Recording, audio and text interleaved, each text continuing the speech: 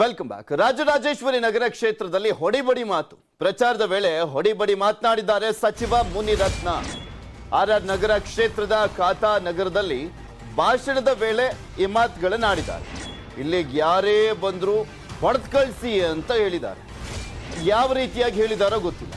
ಹೆಂಗ್ ಹೊಡಿಬೇಕು ಅಂದ್ರೆ ಅವ್ರು ತಿರುಗಿ ನೋಡಬಾರ್ದು ಅಂತ ಹೇಳಿದ್ದಾರೆ. ಇವರೊಬ್ರು ಜನಪ್ರತಿನಿಧಿ.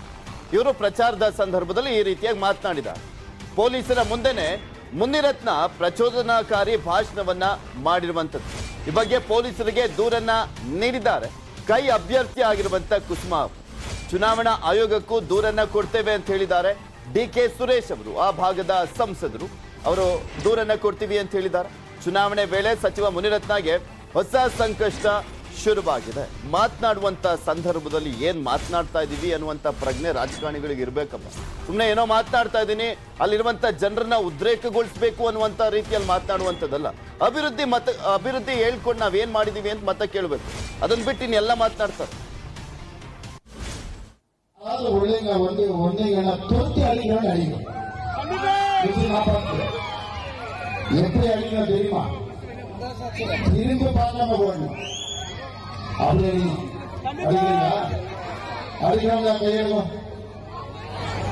போதும். நாளை நமக்குதான். எப்ப நமது நாளைக்கு நம்ம ஓட்டு போடுறோம், அதுதான் நம்ம நாளை வந்து எல்லாருக்கும் எதிர்பார்ப்போம். யாராவது உள்ளீங்க ஒன்னீங்கன்னா தொத்தி அடிக்கணும்னு அடிக்கும். எப்படி அடிக்கணும் தெரியுமா? திரும்பி பார்க்காம போடணும். அப்படி அடிக்கிறீங்களா? அடிக்கிறவங்க கையெழுவோம். போதும்.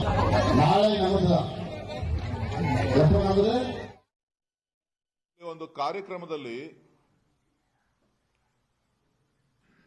ಯಾವ ಸಚಿವರು ಕರ್ನಾಟಕ ಭಾರತದ ಸಂವಿಧಾನವನ್ನ ಅಂಬೇಡ್ಕರ್ ಅವರು ಬರೆದಿರ್ತಕ್ಕಂಥ ಸಂವಿಧಾನದ ಮೇಲೆ ರಾಜ್ಯಪಾಲರು ಬೋಧನೆ ಮಾಡಿರ್ತಕ್ಕಂಥ ವಿಧಿಯ ಕೆಳಗಡೆ, ಪ್ರತಿಜ್ಞೆಯ ಕೆಳಗಡೆ ಯಾವುದೇ ರಾಗ, ದ್ವೇಷ, ಅಸೂಯೆ ಇಲ್ಲದೆ ನಾನು ಆಡಳಿತವನ್ನು ನಡೆಸ್ತೇನೆ ಅಂತಕ್ಕಂಥವರು ವಿಧಾನಸಭೆಯಲ್ಲಿ ಶಾಸಕರಾಗಿ ಆಯ್ಕೆಯಾದಂಥ ಸಂದರ್ಭದಲ್ಲಿ ಸಭಾಧ್ಯಕ್ಷರ ಮುಂದೆ ಪ್ರಮಾಣ ಮಾಡಿರುವಂತವರು ತಮಿಳಿನಲ್ಲಿ ಮಾತನಾಡ್ತಾ ಹೇಳ್ತಾರೆ, ಈ ಪ್ರದೇಶಕ್ಕೆ ಯಾರೇ ಬಂದ್ರು ಒಡಿರಿ,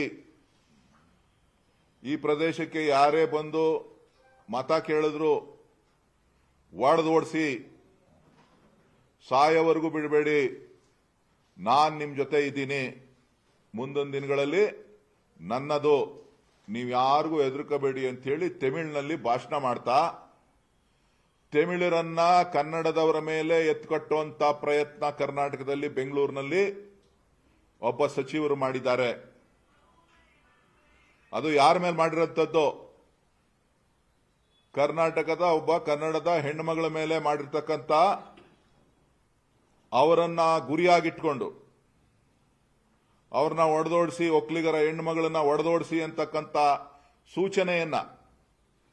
ಸೂಚನೆ ಮಾತ್ರ ಅಲ್ಲ, ಅವರಿಂದ ಭಾಷೆ ತೆಗೆದುಕೊಂಡಿರ್ತಕ್ಕಂಥ ವಿಡಿಯೋ, ಯಾರು ನೀವು ಹೊಡಿತೀರಿ ಕೈ ಎತ್ತಿ, ಹೊಡಿಬೇಕು, ಓಡಿಸ್ಬೇಕು, ಸಾಯವರೆಗೂ ಬಿಡಬಾರ್ದು ಅಂತೇಳಿ ಅವರು ಪ್ರಚೋದನೆ ಮಾಡಿ ಇವತ್ತು ಬೆಂಗಳೂರಿನಲ್ಲಿ ತಮಿಳುನಾಡಲ್ಲೇನೋ ಮಾತಾಡಿದ್ದು ಅನ್ಕೊಂಡ್ಬಿಟ್ಟು